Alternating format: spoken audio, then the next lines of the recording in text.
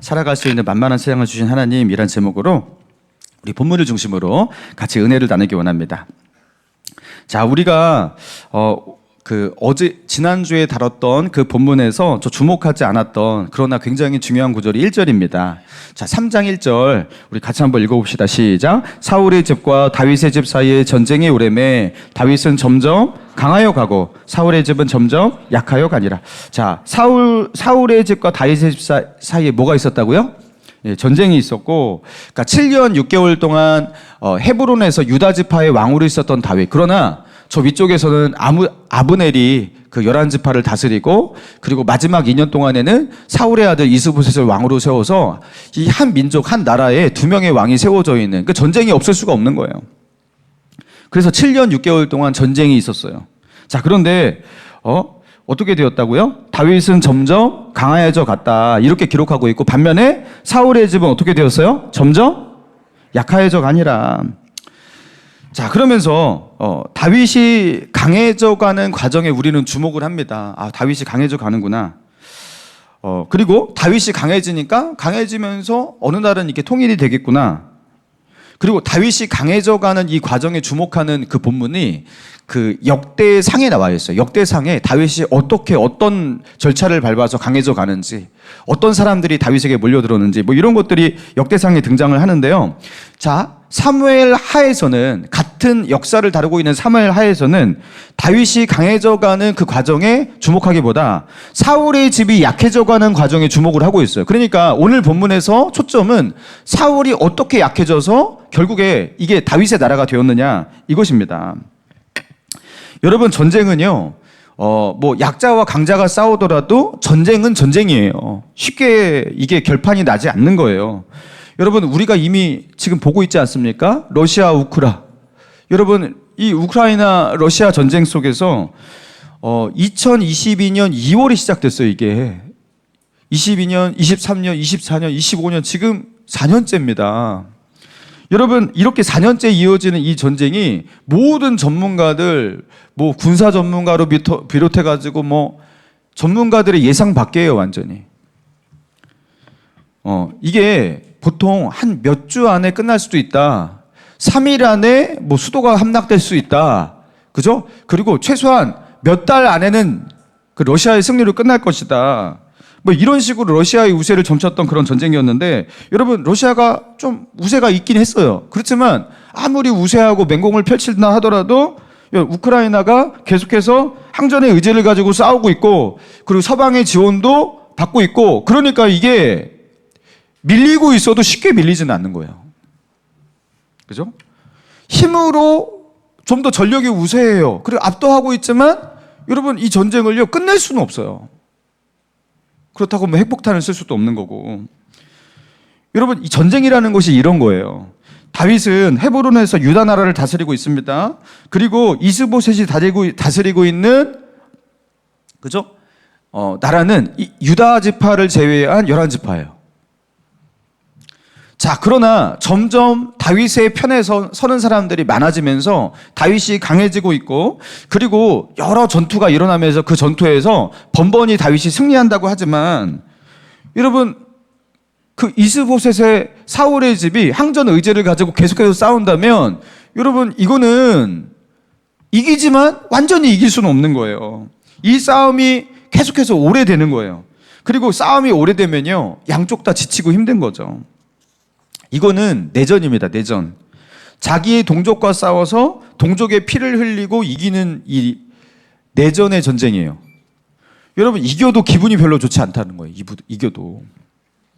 그리고 다윗의 편에서 생각해 봅시다. 자신은 결국에 모든 이스라엘 나라의 왕이 되어야 돼요. 그러면은 사울의 집안과 싸운다 하더라도 그 편에 서서 싸우는 그 백성들은요, 결국에 자기의 백성들이에요. 그죠? 자기의 백성을 죽이면서 이스라엘 나라의 왕이 되는 꼴이에요. 여러분, 이 전쟁이 오래되는 것은요, 다윗에게도 굉장히 타격이 큰 거예요. 다윗의 마음도 굉장히 힘들고. 자, 그런데 이미 상대는요, 사울의 아들 이스보셋을 왕으로 세우고 한 민족 안에 두 왕이 세워져 있는 상태였습니다. 여러분, 쉽게 해결할 수가 없죠. 여러분, 이건 쉽게 해결될 수 있는 문제가 아닙니다. 자, 그러면서 이렇게 참 쉽지 않은 이 전쟁 속에서 자, 어떤 일이 일어났는지 사울의 집안에서 일어난 이야기를 우리 펼쳐주고 있는 겁니다. 3장 6절 봅시다. 사울의 집과 다윗의 집 사이에 전쟁이 있는 동안에 아브넬이 사울의 집에서 점점 권세를 잡으니라. 자, 7절 사울에게 첩이 있으니 이름은 무엇이에요? 리스바 아야의 딸이더라. 이스보셋이 아브넬에게 이르되 내가 어찌하여 내 아버지의 첩과 통관하였느냐. 자, 사울에게 있었던 사울의 첩 리스바였는데 사울이 죽었잖아요. 자, 그런데 어떤 사건이 일어났는데 그것으로 말미암아 이스보셋이 지금 아브넬에게 화를 내고 있는 거예요. 너는 왜 리스바와 그 사울의 내 아버지의 첩과 그렇게 통관하였느냐. 선왕의 그 여자를 건드린다라는 것은 거의 이거는 반역과 같은 겁니다. 그죠? 네. 쿠데타와 같은 거예요. 옛날에 이 고대 시대의 왕들끼리 이렇게 싸워서 이 왕이 여기를 이기면요, 그 여자들을 이제 자기의 여자들로 가졌대요. 그러니까 이게 쿠데타와 같은 거예요. 이거는. 자, 그런데 네가 어찌하여 내 아버지의 첩과 통관하였느냐 이렇게 책망을 하는데요. 아브넬이 정말로 그 일을 저질러서 이스보셋이 이렇게 책망을 하고 있는 것일까? 아니면 이게 오해에서 비롯된 책망이었을까? 비난이었을까? 여러분, 그 사실 여부는 정확하게 알 수가 없습니다. 자, 그런데 아무튼 어떻게 주워 들었건 어떤 뭐 진짜로 그런 사건을 누가 목격했건 아브넬을 못마땅하게 여기는 그 마음에서 지금 이스보셋이 아브넬을 향해서 비난을 하고 있는 거예요. 내 아버지의 첩과 왜 통관하였느냐? 네가 어떻게 그럴 수가 있느냐? 이렇게 말을 하고 있는 거예요. 그러면서 자, 성경은 이스보셋과 아브넬 사이의 이 다툼, 이 갈등에 주목하고 있다는 겁니다. 자, 그러니까 아브넬이 어떻게 반응을 하죠? 자, 3장 8절을 같이 한번 읽어봅시다. 시작. 아브넬이 이스보셋의 말을 매우 분하게 여겨 이르되 내가 유다의 개의 머리냐? 내가 오늘 당신의 아버지 사울의 집과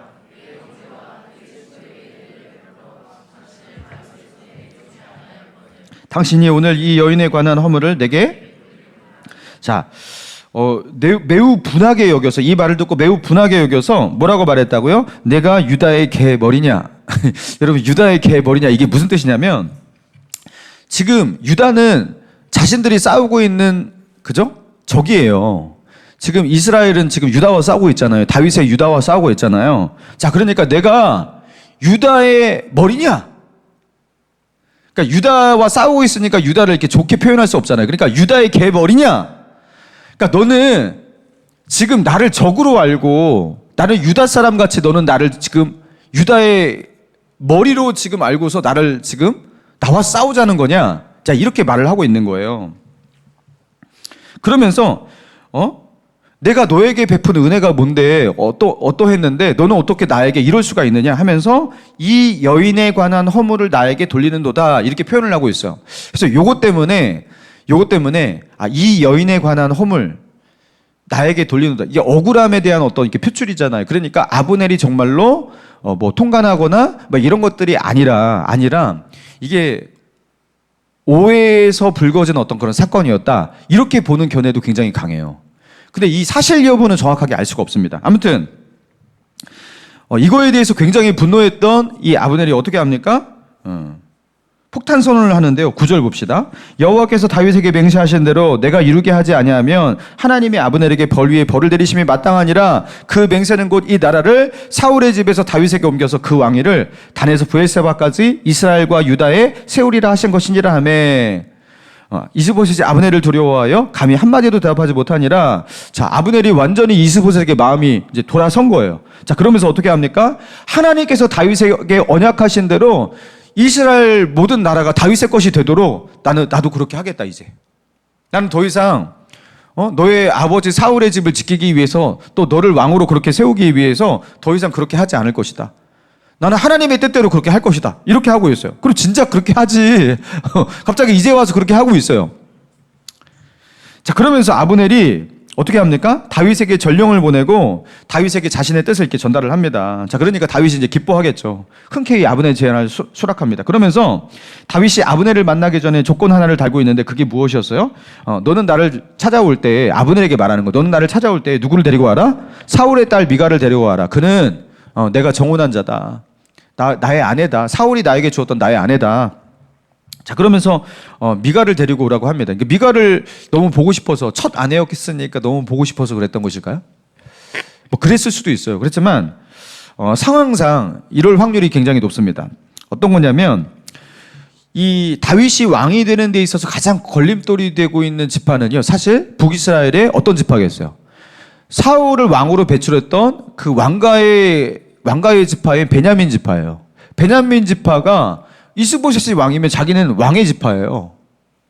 그러니까 다윗이 왕 되는 것을 굉장히 반대했겠죠. 그런데 다윗도 이것을 알고 있는 거예요. 그래가지고 어떻게 합니까? 사울의 딸 미갈은 사울의 딸이니까 어디 지파예요? 베냐민 지파잖아요.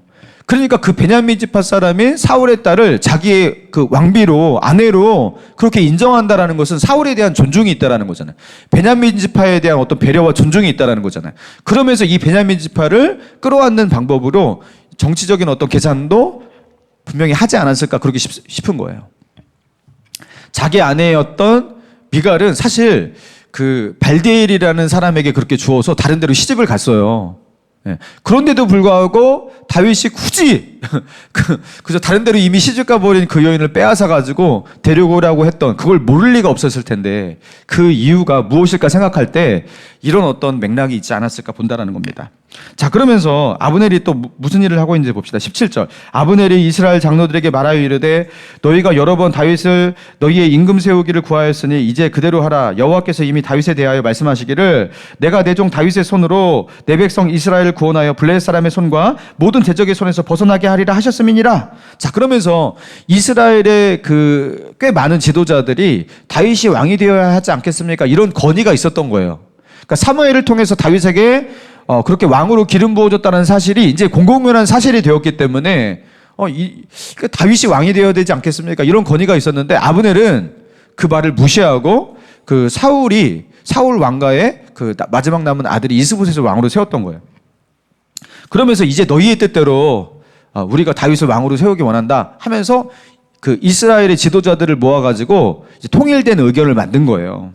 그리고 아브넬이 대표로 어떻게 합니까? 20절. 아브넬이 부하 20명과 더불어 헤브론으로 이르러 다윗에게로 나아가니 다윗이 아브넬과 그와 함께한 사람들을 위하여 잔치를 배설하였더라. 다윗에게는 이것보다 기쁜 일이 없죠. 다윗에게는 이것보다 반가운 일이 없고 더 이상 전쟁하지 않고 피 흘리고 싸우지도 않고, 그렇죠? 이렇게 서로 대화로 마음을 모아가지고 이 나라가 하나가 될 수가 있으니까 얼마나 좋은 겁니까? 그래서 잔치를 엽니다. 자, 그러면서 이제 아브넬이 이게 이제 다윗과 언약을 맺고서 이제 평안이 돌아가요. 여러분, 이 이후에 이제 사건이 일어나죠. 요압을 통해서 사건이 일어나는 것은 이렇게 부활주일 이후에 다룰 것 같아요. 그때 다루기로 하고 안 좋은 일이 일어나지만 여기까지는 굉장히 좋죠. 동족들 간의 내전으로 언제까지 이 전쟁을 하면서 이 나라를 하나로 만들어낼지 어떻게 풀어야 할지 모르는 상황이었고, 그죠? 그 가운데서 물론 다윗에게 힘이 점점 들어오고 있지만 아무리 힘이 들어온다 해도 저기서 결사항전을 하면요, 이거는 전쟁을 끝낼 수가 없는 거예요.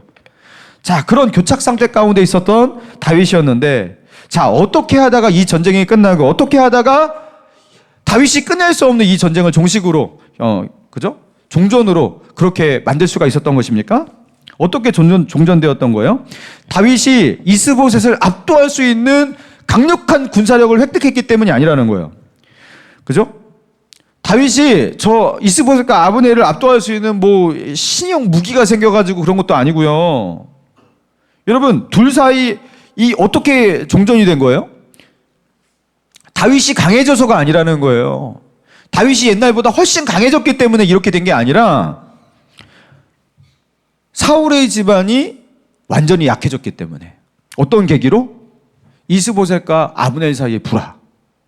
이스보셋과 아브넬 사이에 둘 사이에 똘똘 뭉쳐가지고 같이 신뢰해야지 여러분 이 나라가 버틸 수가 있는데요. 여러분, 그 사이의 불화, 갈등, 불신, 여러분 그것 때문에 사실은 자멸하게 된 거예요. 그죠? 다윗의 대적이 스스로 싸워가지고 분열을 하면서, 그죠? 그렇게 흩어지고 자멸하게 되었다라는 겁니다. 사랑하는 성도 여러분, 이 본문을 통해서 하나님은 우리에게 무엇을 알려주고 계시고 무엇을 깨닫게 하시는 것입니까? 자, 3장 1절의 말씀을 우리 다시 한번 읽어봅시다. 시작. 사울의 집과 다윗의 집 사이에 전쟁이 오래매 다윗은 점점 자, 다윗의 집은 점점 강하여져 가고 사울의 집은 점점 약해져 가는데요. 오늘 본문은요, 사울의 집이 어떻게 약해지다가 무너지는지, 사울의 집이 약해지는 그 과정의 그 결론이 무엇인지를 말하고 있다는 겁니다. 이스보셋이 아브넬을 의심했고요. 그게 진짜로 의심할 만한 상황이어서 그랬는지 모르겠지만, 그리고 아브넬을 향한 신뢰가 없어졌어요. 그리고 아브넬도 그 이야기를 듣고 이스보셋을 향해서 더 이상 그죠? 신뢰가 없어졌어요. 둘 사이에 갈라서게 되었어요. 마음이 돌아섰어요. 그리고 그 당시 이스라엘의 큰 절대 권력을 가지고 있었던 아브넬이 더 이상 이스보셋을 왕으로 섬길 수가 없었어요. 그러면서 좀 전까지는 아브넬은 누구를 위해서 싸웠습니까? 이스보셋을 위해서 싸웠잖아요. 근데 이 나라를 통째로 누구에게 돌리겠다? 다윗에게로 돌리겠다. 좀 전까지는 다윗에게 최대 적군이 그죠? 최대로 정말로 어려운 존재가 아브넬이었는데 그 아브넬이 이제는 어떻게 바뀐 거예요? 다윗에게 가장 든든한 그죠? 다윗이 이스라엘 나라를 회복하는데 가장 도움이 되는 존재로 그렇게 바뀌게 된 거예요. 여러분 무엇을 말하고 있는 겁니까? 다윗이 잘해서가 아니라 다윗이 강해서가 아니라 여러분 상대가 약해져서 상대가 무너져서 여러분 그래서 이런 일이 일어나고 있다는 겁니다. 여러분 내가 강해진다고 문제가 다 해결되는 게 아니라는 거 여러분 우리는 알고 있을 거예요. 상대도 똑같이 강해지면요 내가 강해진 것이 아무 의미가 없어요. 그렇지 않습니까?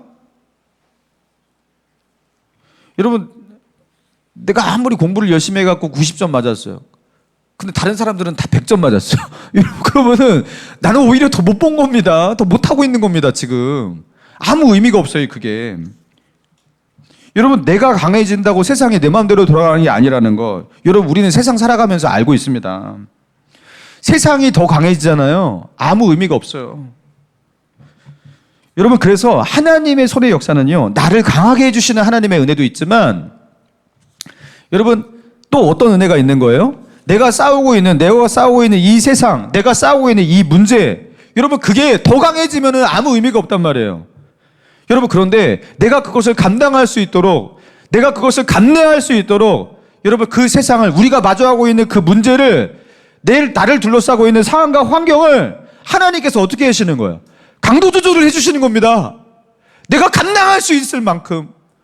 여러분 하나님은요 다윗의 편에서 다윗의 영역 안에서 다윗을 강하게 해주시는 은혜들 주시기도 해요. 다윗의 팔을 강하게 해주시고 그렇지만 다윗의 팔이 아무리 강한들 사울의 팔을 더 강해지면 아무 의미가 없어요. 여러분 그게 바로 사울의 집을 점점 약하게 하시는 하나님의 은혜예요. 여러분 사사기 7장에 보면요 기드온이 미디안과 싸우는 장면이 나오잖아요. 그런데 여러분 미디안이 그냥 해변에 모라와 같은 많은 군사들을 이끌고 여러분 그렇게 쳐들어왔지 않습니까? 자 그래갖고 그 미디안과 싸우기 위해서 기드온이 군사들을 모집하는데 몇 명이 모였죠? 32,000명이 모였어요. 꽤 많지만 미디안에 비해서는 너무나 열세예요. 근데 하나님께서 기드온에게 뭐라고 말씀하시냐면 자 사사기 7장 2절에 보니까 여호와께서 기드온에게 이르시되 너를 따르는 백성이 너무 많은즉 내가 그들의 손에 미디안 사람을 넘겨주지 아니하리니 이는 이스라엘 백성이 나를 거슬러 스스로 자랑하기를 내 손이 나를 구원하였다 할까 함이라. 하나님께서 두려워하시는 것은 전쟁에서 이스라엘이 지는 게 아니라 이스라엘이 이기게 하시는 것은 하나님께서 그게 어려운 게 아니에요. 근데 그들이 어떻게 할까 봐 두렵다고요? 내가 내 힘으로 이겼다 하면서 스스로 자긍하고 자랑할까 봐. 그래가지고 32,000명 너무 많다 하면서 집으로 돌려보내라 하면서 전쟁을 두려워 떠는 모든 사람들은 집으로 돌아가라고 말해라. 2만 명이 돌아갔어요. 2만 명이. 그래서 32,000명 중에서 12,000명 남았어요. 12,000명 가지고 싸우나 싶었는데 하나님께서 또 뭐라고 하십니까? 너는 내 말대로 백성들을 이끌고 시냇물로 가갖고 거기서 물을 마시게 하라. 그래서 물을 마실 때 개가 물을 핥듯이 이렇게 입을 시냇물에 대고서 이렇게 핥아 마셨던 사람들은 집으로 돌아가라. 그러니까 몇 명만 남고 다 돌아갔어요? 300명. 300명 남고서 이게 그럼 정예병사로서 이 300명 가지고서 정예병을 가지고 싸우는 것이냐? 아니요. 그들에게 뭘 들게 합니까? 한 손에는 횃불, 한 손에는 항아리. 한 손에는 나팔, 한 손에는 항아리. 그 항아리 안에 횃불이 있고요. 여러분, 나팔하고 항아리 가지고 어떻게 싸워요? 근데 하나님께서 위대한 백성들을 둘러 진치게 하면서 밤에 어떻게 합니까? 항아리를 딱 깨면서 나팔을 불고 기드온을 위하라, 여호와를 위하라 외쳤어요. 외쳤어요. 그러니까 어떻게 되었습니까? 미디안 사람들이 갑자기 어떻게 됩니까? 그냥 막 두려워가지고 미디안 사람들이 서로가 서로를 칼로 쳤다 이렇게 기록하고 있어요. 서로가 서로를 칼로 쳤다. 자기네들끼리 칼로 치고 죽은 거예요. 기드온이 강해서 이긴 전쟁이 아니라 이스라엘 백성들이 많이 모집되고 우리가 강해져서 그들을 이긴 게 아니라 미디안 사람들끼리 자기가 자기를 칼로 치면서 그렇게 자멸하는 전쟁. 여러분, 오늘 본문도 마찬가지 아닙니까? 사울의 집안의 자멸을 보게 하시는 거예요. 하나님께서 다윗을 도우시고 다윗이 왕이 되게 하시도록 역사하실 때 다윗의 팔에 힘을 주시고 다윗에게 돕는 자를 붙여주시는 은혜도 있죠. 그렇지만 오늘 본문은 어디에 주목하고 있냐면 사울의 대적들을 약하게 하시고 그들로 하여금 분열하게 하시고 그들로 하여금 서로 불신하고 자멸하게 하는 거예요. 그러니까 싸우지 않고 이기는 거예요. 싸우지 않고. 하나님은 다윗뿐만 아니라 다윗의 영역 안에서 일하기도 하시지만 다윗의 영역 밖에서도 강력한 손길로 일하고 계시다라는 거예요. 여러분, 제가 군 제대하고 이전에도 한번 이 이야기를 한 적이 있던 것 같긴 한데요. 군 제대하고 이제 복학해갖고 학교를 다니는데 그때 당시에 저희 집안이 정말 어려울 때였어요. 뭐 빚도 많고 경제적으로 어려워서 사실 뭐 학비부터 용돈이고 제가 다 벌어서 다녀야 되는데 뭐 대학생이 어떻게 그걸 다 감당합니까? 아무리 아르바이트를 해도 그게 안 되잖아요. 그래가지고 무조건 장학금을 타야 돼. 장학금을 타서 학비의 상당 부분을 충당을 하고 그리고 방학 때는 열심히 용돈을 벌고 막 이런 식으로 해야 되는 거예요. 그래서 저는 장학금을 안 타면 학교를 무조건 휴학해야 되는 상황이었기 때문에 그걸 안 하려고 죽어라 장학금을 타려고 1등을 하려고 또 그 학교도 많이 안 줘요. 학년에서 한 명 막 이런 식으로 줘요. 1등을 하려고 열심히 공부를 했단 말이에요. 1등을 해야 되니까. 근데 다 A를 맞았어요. 보통 장학금을 타려면 1등을 하려면 거의 다 A+, 거의 다 A+, A0 한두 개 정도. 이 정도 성적은 가져야지 그렇게 할 수가 있거든요. 근데 교양 수업에서 제가 이상하게 교수님이 저에게 제가 정확하게 C+인가 B-인가를 줬어요. 이게 말도 안 되는 점수를 제가 받았어요. 제가 그렇게 못한 것 같지가 않은데 폭탄을 맞은 거예요. 끝났죠. 그 점수 하나 때문에 뭐 다른 거 다 A였지만 저는 절대로 장학금을 받을 수가 없는 겁니다. 그래서 열심히 해가지고 어떻게든지 공부해 보려고 했는데 안 되는구나 하면서 그 당시에 이제 한 1년 정도 휴학을 계획을 했었습니다. 학교에 휴학계도 됐어요. 더 이상 할 수가 없구나. 열심히 해도 안 되는구나. 근데 이미 학기가 시작이 되고 한 1주인가 2주가 들어갔거든요. 그래서 저는 이제 열심히 일하려고 막 그죠 아르바이트 하고 막 그러고 있었어요. 근데 학교 그 서무하는 그 서무과에서 전화가 왔어요. 장학금을 타게 되었대요. 장학금. 그 장학금은 학년에서 1등을 해야지 탈 수가 있는데 많이 안 줘서 저는 절대로 1등이 될 수가 없거든요. 제 성적을 제가 아는데. 그래서 말도 안 된다. 뭐가 미스가 난 것 같다. 제 성적이 그 성적이 아니다 그러니까 저도 보니까 신기한데 아무튼 1등이래요. 그래서 왜 1등이지? 그래서 제가 알아보니까 이상하게 그때 그 시험에 많은 친구들이 성적을 잘 못 받았어요. 그때만. 그래도 아무리 그렇지 그 정도는 아니거든요. 그래서 저보다 성적을 잘 받은 사람이 2명이 있었대요.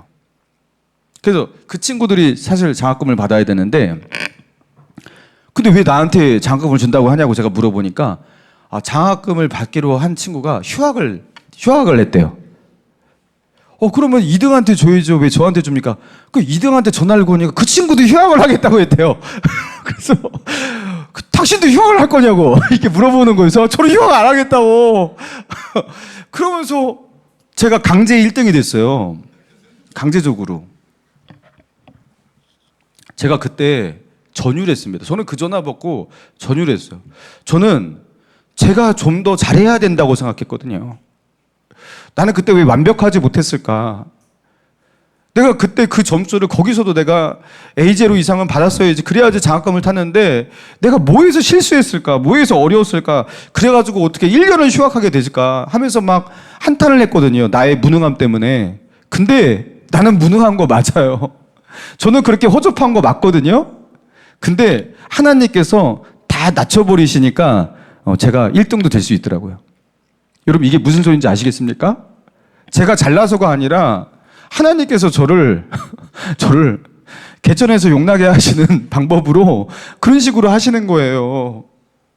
왜 그 시험 따라 저는 못해서 4.2 만점에 4점대만 장학금을 받아요. 근데 제가 3점대가 장학금 받은 유일한 사람 되었어요. 여러분 하나님께서 나에게 지혜와 힘과 능력을 주셔서 역사하시는 것도 있어요. 그렇지만 내게 지혜가 부족하고 내게 능력이 부족하고 내가 무능할지라도 연약할지라도 하나님이 나를 둘러싼 세상을 내가 감당할 수 있는 만만한 세상으로 만드시는 하나님의 강력한 손길도 있는 거예요. 이게 뭐가 같냐면 여러분 이제 걸음마를 막 떼기 시작하고 걷기를 연습하고 있는 그 아이 앞에 여러분 그 아이에게 걷게 하기 위해서 어떻게 합니까? 엄마 아빠는 그 앞에 있는 장애물들을 다 치워버립니다. 오 이거 걸려 넘어지면 안 돼. 이거 밟으면 안 돼 하면서 다 치워버립니다. 그리고 그 아이가 넘어질 때 쿵 하지 않도록 옆에다가 이불도 대고 뭐하고 하면서 옆에서 이렇게 하면서 그 아이를 받쳐주잖아요. 그 아이가 잘 걸어서 걷는 게 아니라 그죠? 하나님의 손길이 그 아이가 걸을 수 있도록 그 아이가 걸을 수 있는 만만한 세상이 되도록 다 치워버리는 거예요. 여러분 하나님께서 다윗에게 이런 식으로 역사하고 계시더라는 거예요. 다윗이 강해서가 아니라 다윗이 감당할 수 있는 세상을 주고 계시는 거예요. 할렐루야. 여러분 우리 목감신일교회 제가 이제 담임 목사가 되어서 여기서 이제 사역을 하게 됐는데 이제 제 친구들도 이제 대부분 이제 담임 목사가예요. 만나면 이제 이야기를 하지 않습니까? 이제 청빙 받고서 이제 그 담임이 되어서 사역한 지 얼마 안 된 뭐 그런 친구들 뭐 이렇게 대부분 많이 만나요. 근데 세상에 그거 듣고 있으면요. 야, 너 어떻게 목회하냐? 너는 정말 위대한 목회자다. 어떻게 그걸 견디고 그걸 참고 그걸 인내하고 그러면서 너는 그렇게 목회를 하냐? 이런 말이 나올 정도로 나는 절대로 못해. 이게 청빙 가갖고 전통교회에 부임을 해갖고 이렇게 목회하는 분들, 이 친구 목사님들 보면요. 전통이 있는 거는 참 좋은 거기도 하지만 참 어렵기도 한 거예요. 새로운 거를 못하게 안 돼요. 새로운 거를.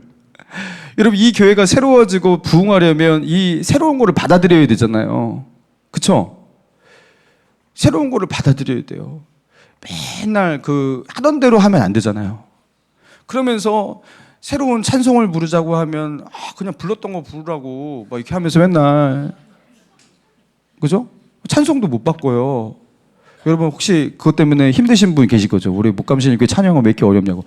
집에 가갖고 유튜브로 해갖고 계속 들으시면 그게 익숙해집니다. 그게 계속 들으시면 돼요. 그죠? 내가 이렇게 찬양을 잘 못 따라하고 있다. 저도 따라하기 버거울 때가 있어요. 계속 들으시면 돼요. 들으시면 이제 그게 익숙해집니다. 근데 아무튼 목사가 처음 부임해가지고 이렇게 사역을 이제 의욕적으로 하려고 하니까 여러분 이게 쉽지가 않은 거예요. 뭐 당회에서 걸리고 막 교인들의 불만도 있고 막 그러면서 5년에서 10년 정도도 아무것도 하지 않고 하던 대로 그냥 하라는 거예요. 그러면서 이제 젊은 시간들이 다 지나가는 거예요. 목회에 대한 의욕이 꺾이고 야 나는 저기서 어떻게 목회할 수 있을까? 저는 못해요, 여러분. 제 성격이 그거를 감당할 수 있는 온유함이라든가 인내라든가 저는 그게 안 돼요. 제가 저를 아는데 나는 못하겠다. 하나님이 제가 그걸 못할 줄 아시고 이렇게 하게 하시는 거예요, 지금.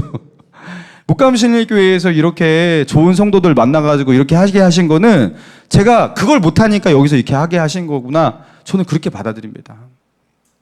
제가 감당할 수 있도록 하나님께서 제 앞에 제가 감당할 수 없는 것들을 치워버리시고 감당할 수 있게 그렇게 저에게 은혜를 주고 계시는 거예요. 아까도 말씀드렸지만 여러분 교회 6층 저는 솔직히 이게 이런 식으로 풀릴지를 전혀 상상을 하지 못했어요. 이렇게 공간이 나오는 것도 힘들고 그리고 처음에 6층 저희가 여기가 이거 본당 처음에 구매했잖아요. 이걸 구매할 때 6층 가격은 이거보다 훨씬 비쌌어요. 근데 지금 시간이 지났는데 가격이 몇 억이 다운돼 버렸어요. 위에가. 그죠? 약 8년 그 시간 동안 우리가 감당할 수 있는 가격으로 기가 막히게 하나님께서 그렇게 다운시켰어요. 그리고 마침 자리도 비게 만드셨고. 여러분 이거를 뭐 내가 계획을 해서 노력해서 뭐 이게 되는 거냐고요. 여러분 이게 뭐 계획으로 되는 겁니까? 저는 하나님께서 우리에게, 저에게, 우리 목감신일교회에게 감당할 수 있도록 하나님께서 감당할 수 있는 길을 열어주시는 거라고 저는 믿습니다. 하나님께서 감당하지 못하는 것 주시면요, 우리 못합니다. 내가 잘해서가 아니고, 우리가 잘해서가 아니고, 우리 목감신일교회 성도들이 뭐 잘해서가 아니고, 하나님께서 우리에게 감당할 수 있는 환경을 열어주시니까 그 은혜로 우리는 사는 거예요. 우리가 감당할 수 있는 만만한 상황들을 열어주시니까 오늘도 우리는요, 직장에 출근도 하고, 거기서 일도 하고, 가정도 이렇게 건사도 하고, 막 이렇게 살고 있는 거예요. 자, 고린도전서 10장 13절 보니까 사람이 감당할 시험 밖에는 너희가 당한 것이 없나니 오직 하나님은 미쁘사 너희가 감당하지 못할 시험 당하면 허락하지 아니하시고 시험 당할 쯤에 또한 피할 길을 내사 너희로 등이 감당하게 하시느니라. 자, 오직 하나님은 미쁘사, 하나님은 신실하신 분이라는 걸 우리에게. 자, 그래서 그 하나님이 어떻게 역사하시냐면 우리가 감당하지 못할 시험을 우리에게 아예 허락하지 않으신대요. 그러니까 우리가 넘어서지 못할 그 장애물을 우리 앞에 두지 않으신다는 거예요. 엄마 아빠가 그 아이 앞에 치워버리듯이 치워버리는 거예요. 그러면 우리 앞에 쿵 하는 일들이 있어요. 감당할 수 있으니까 둔 겁니다. 할렐루야. 감당할 수 있으니까. 여러분, 우리가 감당하지 못할 시험이라면 어떻게 하신다고요? 저 감당하지 못하는데 어떻게 하신다고요? 피할 길을 내어주신대요. 피할 길을. 그때는. 그러니까요, 우리는 크게 변하지가 않은 거예요. 나의 능력도 크게 변화가 없는 것이고, 뭐 내가 굉장히 지혜로워진 것도 아니고, 그렇다고 내가 어마어마한 믿음을 가지게 된 것도 아니에요. 하나님께서 우리를 아시고 어떻게 하시는 거예요? 우리가 감당할 수 있는 것만 허락하고 계시는 거예요.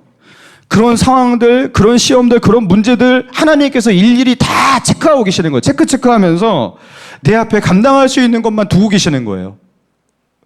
여러분, 하나님의 이런 강력한 손길이 내 안에서뿐만 아니라 내 밖에서 그렇게 펼쳐지고 있다는 겁니다. 근데 우리가 그걸 잘 못 느끼죠. 못 느끼죠. 이번에도 너무 힘들었는데 하나님 뭐하고 계시냐고 하면서. 하나님은 나에게 감당할 것만 주고 계시는데. 여러분, 대기 중에 산소 농도 몇 %죠? 21%. 질소 농도 78%.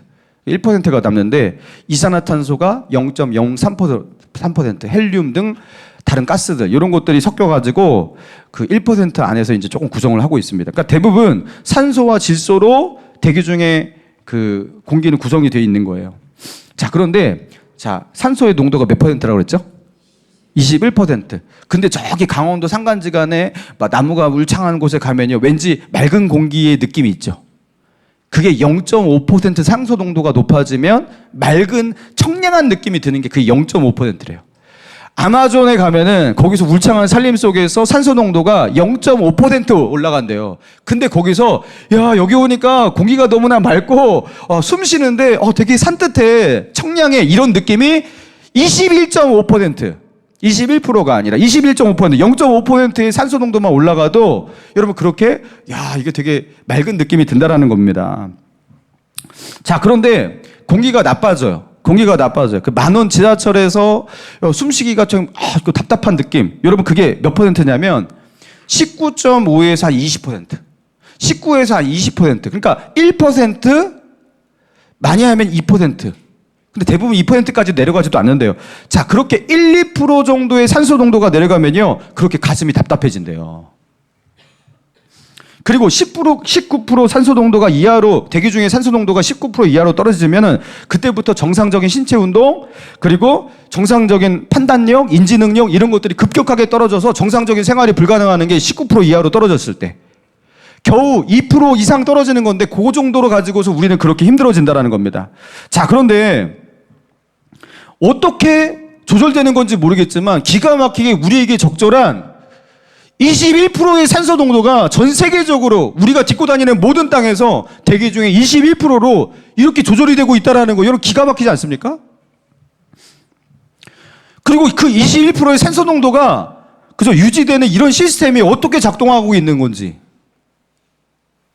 우리는 맨날 나무 깎아버리고 그 잘라버리고 불태워버리고 맨날 이산화탄소 만들고 그러고 있는데도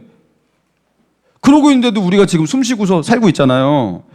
여러분 다들 노력해서 숨 쉬는 게 아니잖아요. 여러분 노력해서 오늘도 나는 숨을 계속해서 쉬고 있어. 난 잘하지 하면서 숨 쉬는 거에 대해서 칭찬받은 분 있으세요?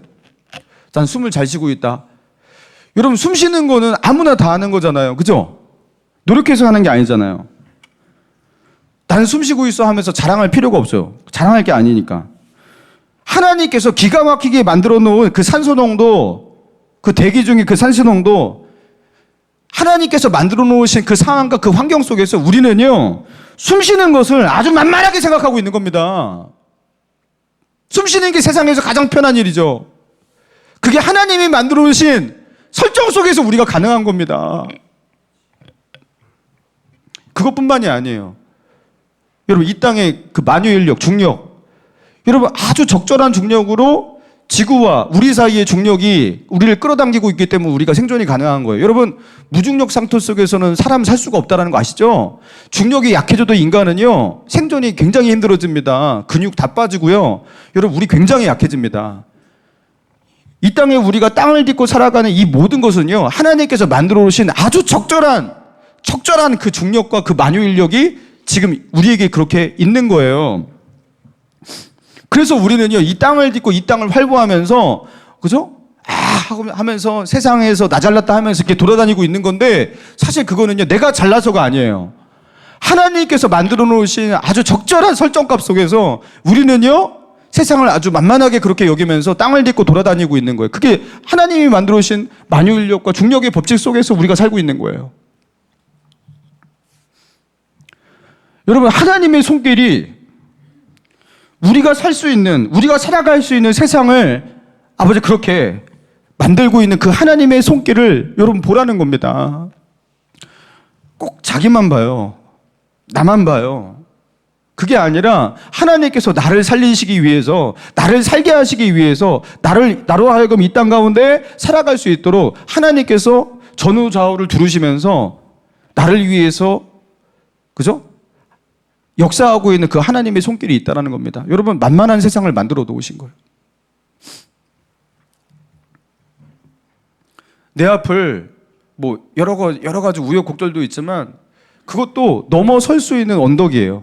넘어설 수 있는 장애물이고 내가 넘어설 수 없는 것은 진작에 하나님께서 치워버리시고 평탄케 하고 계시는 거예요. 내가 감당할 수 있는 만 감당할 수 있도록 하나님께서 지금도 역사하시고 일하고 계시는 거예요. 여러분 그래서 우리는 뭐 하면 안 됩니까? 야, 내가 내 손으로 내가 잘해서 이렇게 했다. 자기 자랑하고 자아 도취에 빠지고 나는 뭔데 이렇게 잘났을까? 이러고서 그죠? 이러고서 여러분 이런 사람은 하나님의 그 손길이 얼마나 강력하게 역사해서 자기가 그렇게 살고 있는지를 모르고 있는 겁니다. 내가 하고 있는 것처럼 내가 이룬 것처럼 여러분 그렇게 자기를 높이고 자기를 자랑하고 여러분 그렇게 할 게 아니라는 거예요. 자기 잘난 맛에 살아가고 여러분 하나님의 손길을 보시기 바랍니다. 다윗이 잘해서 왕이 되는 게 아닙니다. 하나님께서 그에게 은혜를 주고 계시는 겁니다. 하나님을 높이고 하나님을 찬양하고 하나님을 자랑하고 그분을 예배할 수 있는 저와 여러분 되시기를 주님의 이름으로 축원합니다.